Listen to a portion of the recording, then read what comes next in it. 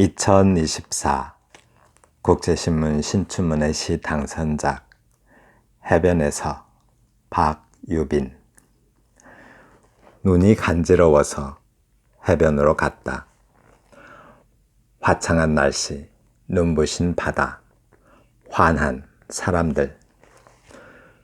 수평선만큼 기복 없는 해변의 감정. 너무 밝다.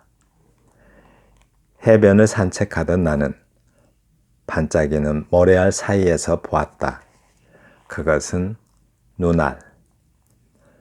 실금없이 깨끗한 눈알. 바다에서 떠밀려온 유리병도 아니었고 피서객이 흘리고 간 유리구슬도 아니었다. 파도가 칠 때마다 움찔거리는 그것은 어쩜 없이 깨끗한 눈알. 고개를 숙이고 있으니 햇살에 인상을 찌푸리지 않아도 괜찮았다. 이제 화창하지 않다. 내가 만든 그늘서 눈알은 부릅뜨기 좋은 상태.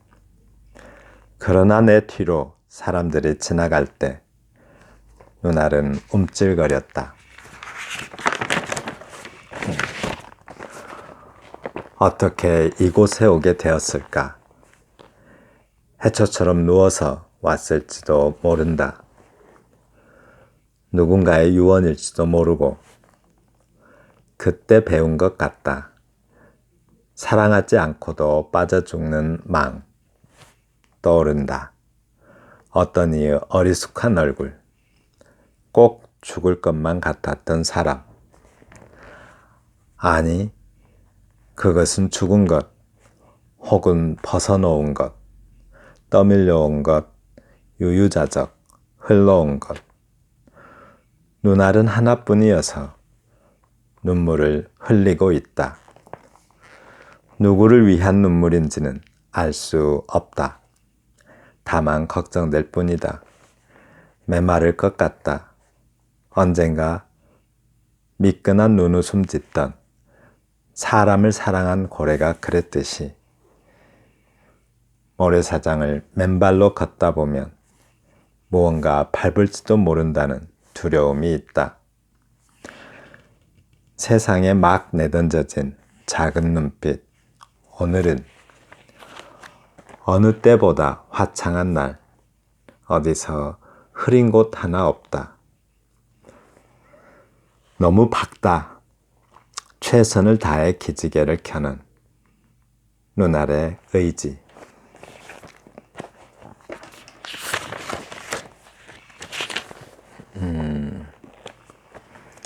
네, 눈이 2024 국제신문 신춘문예 시 당선작 해변에서. 네, 이 해변에서 해변에 산책하는데 그 해변에서 있었던 사건 또는 사태를 이렇게 시로 전개한 듯 합니다. 눈이 간지러워서 라고 했는데요. 눈이 간지러워서 뭔가 복선을 깔고 가는 느낌이죠. 눈이 간지러워서. 눈이 간지럽단 말은 어딘가 눈은 휴식이 필요한 거죠. 지금 눈이 간지럽다. 눈에 휴식이 필요한데 뭔가 이렇게 눈하고 관련된 일이 사건이 벌어질 것 같습니다.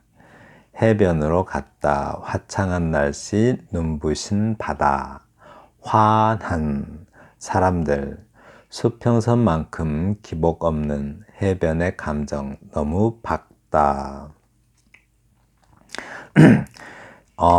일반적으로 화창한 이런 말 또는 또 눈부신은 많이 쓰죠. 이렇게 눈부신. 또 환한, 화창한, 환한.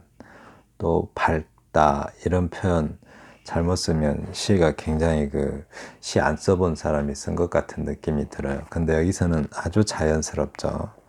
예, 아주 꼭 필요해서 쓰면은 형용사도 아주 자연스럽고 그 시에 딱 적확한 느낌이 들게 쓸 수가 있습니다. 아주 자연스럽게 써졌어요. 이렇게 그래서 형용사를 쓸 때는 꼭 필요할 때만 쓰셔야 돼요. 그러면 이렇게 자연스럽게 사용되기도 합니다. 형용사를 잘 쓰는 분이 아마 도종환 시인이었던 것 같아요. 형용사를 쓰는데도 아무렇지도 않죠. 이 부분은 왠지 그 눈에 부담을 주는 어떤 외부의 조건들이 좀 밝음이라는 것이 좀 부정적으로 너무 밝다, 그죠?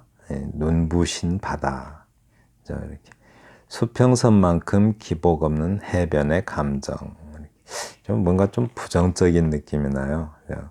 수평선, 항상 수평을 이루고 있어서 기복이 항상 없죠. 늘 수평이에요. 그러니까 감정이 없는 아주 그 냉정하고 동정심 없고 무심한 그런 해변의 감정은 항상 이렇게 눈에 부담이 되는 거죠.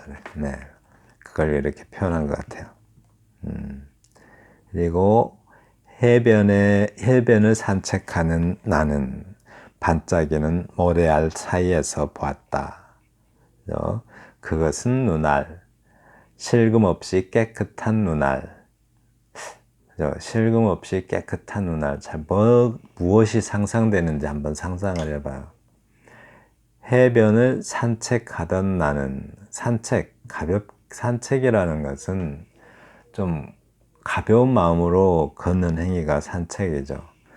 산이라는 게 흩을 산자에다가 그 꽤 책자를 써요. 네. 그러니까 그냥 이렇게 여기저기 걸어 다니면서 가볍게 생각하는 것. 네. 그걸 이제 생각하면서 걷는 게 산책인데, 목적지가 따로 없고, 이게 산책인데, 가볍게 걷고 있어요. 그런데 이제 뭐라고 그러냐면, 반짝이는 모래알 사이에서 보았다라고 합니다. 네. 그것은 눈알, 모래알 사이에서 눈알을 발견한 게 그렇게 가벼운 일은 아니죠. 근데 이렇게 대조되고 있습니다. 실금 없이 깨끗한 눈알. 이게 무슨 눈일까? 실금 없이 깨끗한 눈알. 어디서 이런 거 볼 수 있어요? 실금 없이 깨끗한 눈알. 네, 시인은 이렇게 항상 관찰력이 좋아야 돼요. 그래야 이 말을 쓸 수가 있겠죠. 실금 없이 깨끗한 눈알. 엄마들은 쉽게 발견할 것 같아요. 아빠들은 인정머리 없어가지고 잘 발견 못하죠. 이런 거. 실금 없이 깨끗한 눈알. 흔히 뭐랄까요. 아이들, 태어난 지 얼마 안 된 아이들의 눈이 실금 하나 없이 아주 하얗죠. 거길 뭐라고 그러죠? 공막이라고 그러죠. 공막. 네, 공막이라고 했던 것 같은데. 그냥 깨끗해요. 그런 눈알을 발견했다고요. 모래알에서. 바다에서 떠밀려온 유리병도 아니고 피서객이 흘리고 간 유리구슬도 아니었다.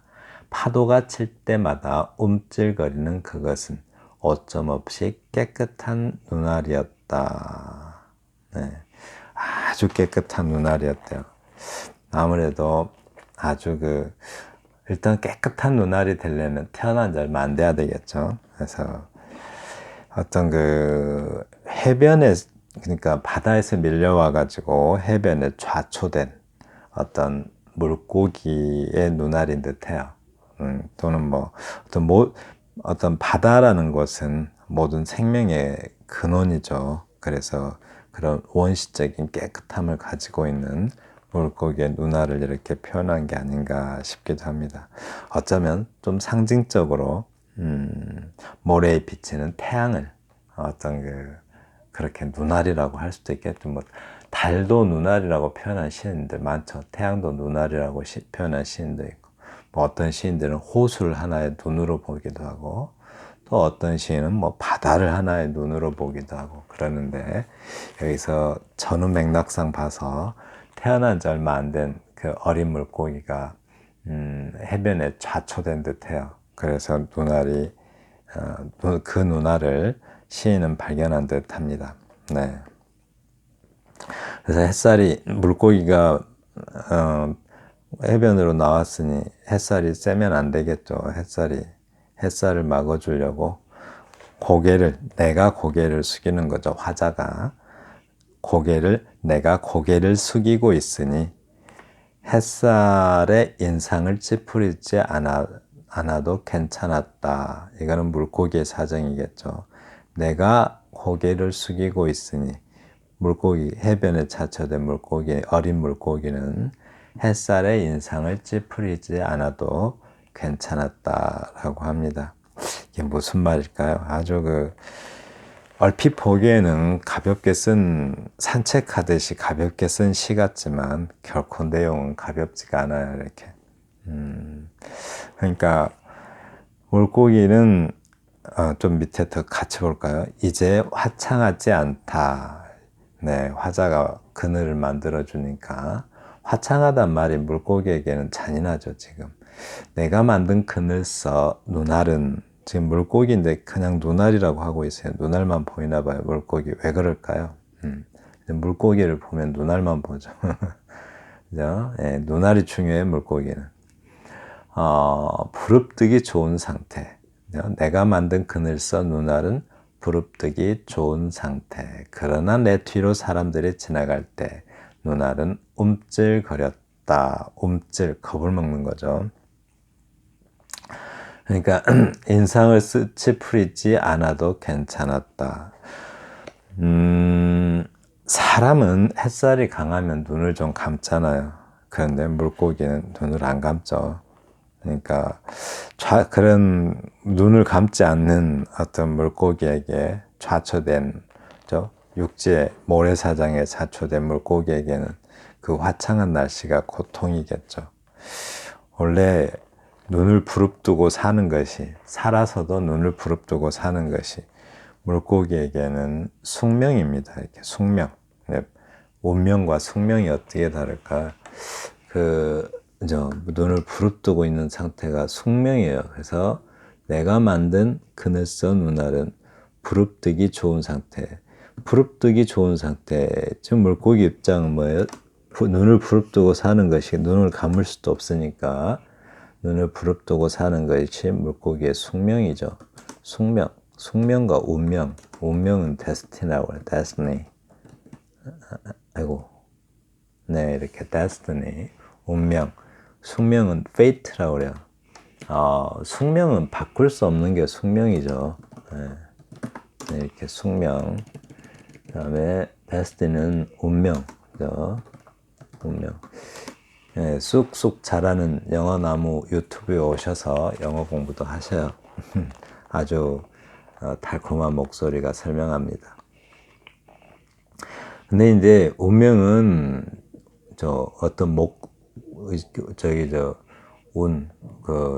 이렇게 운영하다 할 때 운자 쓰잖아요. 그리고 목숨 명자, 목숨을 운영하는 거니까 바꿀 수가 있어요. 그런데 숙명은 못 바꿉니다.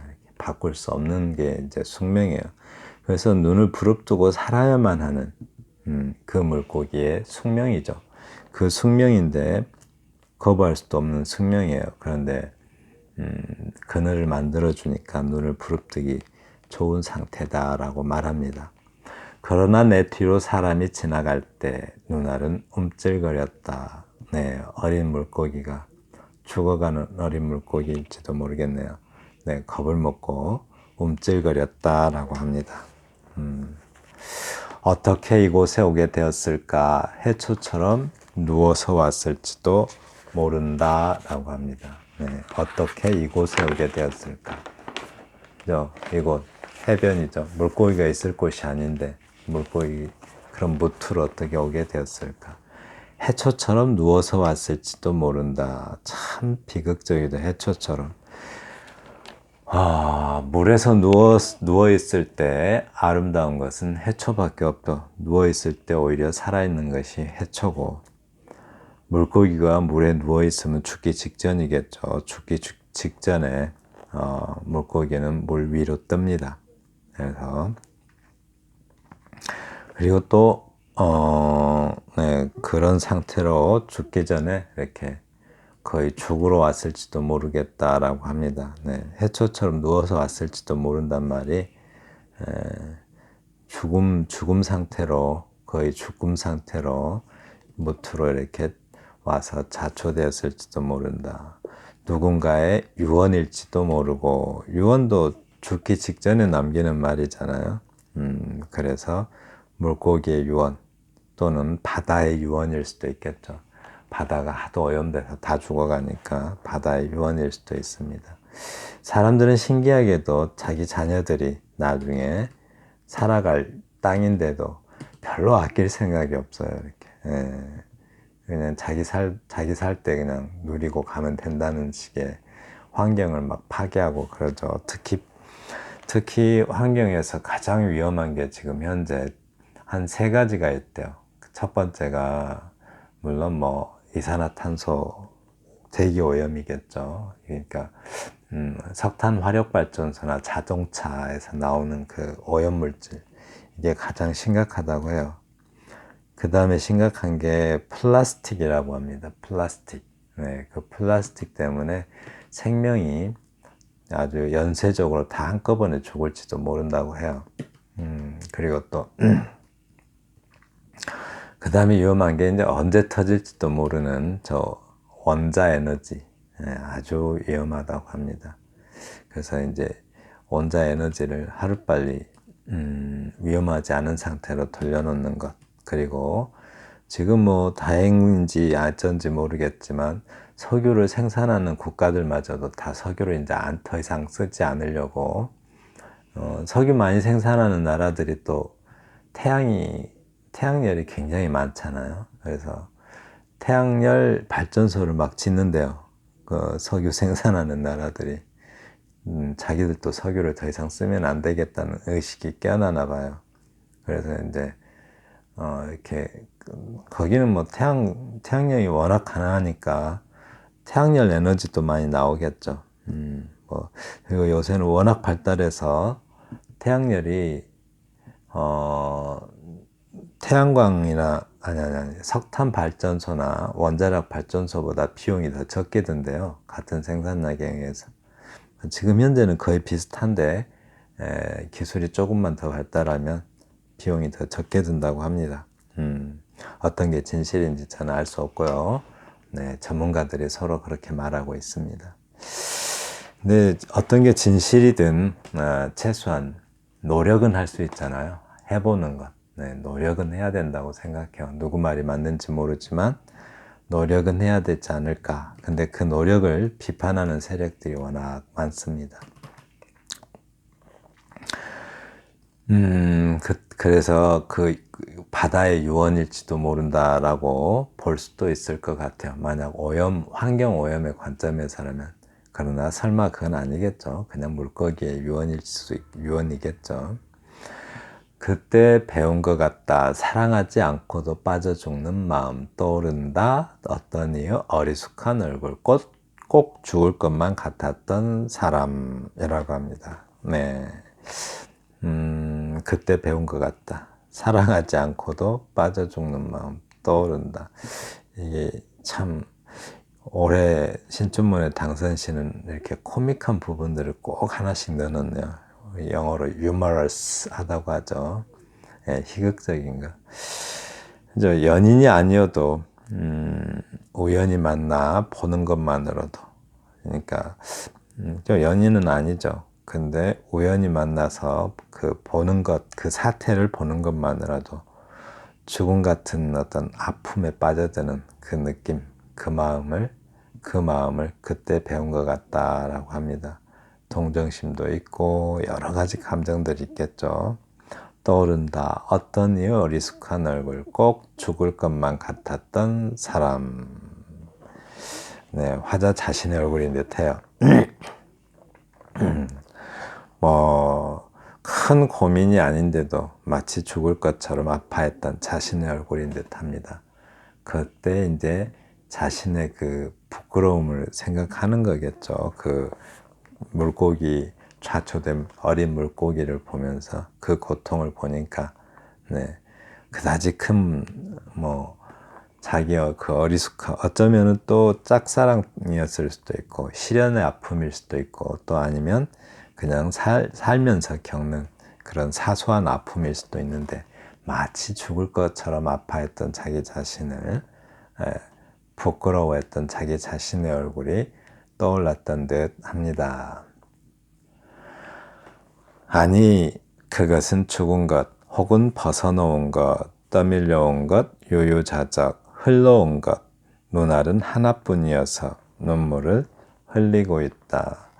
시를 참, 참 자유롭게, 편안하게, 그야말로, 아까 뭐 산책이라고 했나요? 그 산책하듯이 아주 편안하게 잘 쓴 것 같아요. 이렇게 써보세요. 참 좋습니다. 편하고. 근데 이렇게 편하게 쓴다는 게 더 어렵죠. 시를 쓰다 보면 한없이 이상한 감정에 빠져들어서 어렵게 써져 버리죠. 자기도 뭔 말인지 모르게 써지긴다든가. 그런데 이렇게 참, 이렇게 시를 쓴다는 거, 참, 시 쓰는 즐거움인 것 같아요. 시를 어렵게 쓰면 고통스럽겠지만, 이렇게 쓰는 거는 시 쓰는 즐거움이 있지 않을까. 그죠? 이런 말 한마디 아주 가벼운 것 같지만 누구를 위한 눈물인지는 알 수 없다. 이렇게. 다만 걱정될 뿐이다. 빤한 말 같지만 아주 적절하게 쓰면 이렇게 아름다운 시가 됩니다. 근데 왜 눈알은 하나뿐이어서 눈물을 흘리고 있다. 어쩌면 시인이 눈물을 흘릴 수도 있겠죠. 왜요? 눈알이 하나뿐이어서. 눈알이 왜 하나뿐일까요? 뭐 두 가지 요소가 있을 것 같아요. 제가 보기에는 물고기는 옆으로 누워 있을 수밖에 없으니 눈알이 하나밖에 안 보이죠. 그런데 시인은 거기에서 슬픔을 느끼고 있는 듯해요. 또 어쩌면 눈알을 다쳐서 하나일 수도 있겠죠. 부상을 입어서. 근데 아마 눈알이 다쳤다기보다는 물고기가 지쳐서 죽어가기 때문에, 죽기 직전이기 때문에 옆으로 누워 있으니까 눈알이 하나밖에 아니겠죠. 그래서 눈물은 시인이 흘리고 있을 것 같아요. 눈알이 하나뿐이어서 눈물을 흘리고 있다. 이 말은 그 물고기가 눈물을 흘리는 게 아니라 시인이 눈물을 흘리고 있다라는 말로 보입니다. 시인의 눈물이 누구의 눈물인지는 알 수 없다. 다만 걱정될 뿐이다. 라는 말로 보이고요. 메마를 것 같다. 언제나 미끈한 웃음을 짓던 사람을 사랑한 고래가 그러했듯이 라고 합니다. 그렇듯이. 그러했듯이인데, 희역이 사라질 때, 이렇게 희음만 사라지고 이렇게 희역이 통으로 사라졌네요. 그러했듯이 애는 그대로 살아있고 희역만 사라졌네요. 이렇게 희역 탈락. 네, 그렇습니다. 그리고 미끈한 눈웃음 짓던 미끈한, 이게 미끈한이 무슨 뜻이에요? 형용사를 많이 알아두면 시적절하게 잘 사용할 수도 있습니다. 미끈하다고 해요. 미끈하다. 특히 외모를 말할 때 미끈하다는 말 많이 쓰죠. 흠결이 없고 번드럽다라고 라는 표현입니다. 흠결 없고 좀 번듯한 그 느낌. 아까 처음에 아주 티 없이 맑은 눈이라고 했잖아요. 여기도 같은 말을 쓰고 있어요. 이렇게. 모래사장을 모래시장. 여기 우리 동네 모란시장이 있는데 모래사장을 맨발로 걷다 보면 무언가 밟을지도 모른다는 두려움이 있다. 그때 이제 이런 감정이 생겼나 봐요. 세상에 막 내던져진 작은 눈빛. 오늘은 어느 때보다 화창한 날. 어디에도 흐린 곳 하나 없다라고 합니다. 또 어쩌면 어떤 그 작은 생명들에 대한 화자의 뜻한 마음이죠. 여기서 이제 근데 지금 세상에 막 던져진 이 막이라는 게 함부로 이런 뜻이 아니라 금방 이런 뜻인 것 같아요. 세상에 금방 던져진 작은 눈빛. 어린 눈빛이겠죠. 그러니까 이 시인이 지금 이거 쓸 때는 아마도 이렇게 하이데거를 생각하고 쓴 것 같아요. 하이데거. 피투성이라고 하죠. 피투성.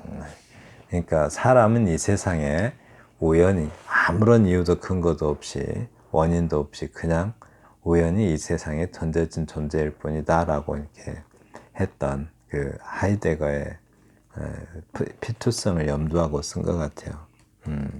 그래서 세상에 막 던져진 이 말이 그 말인 것 같습니다. 이거 여기다 쓰면 안 되고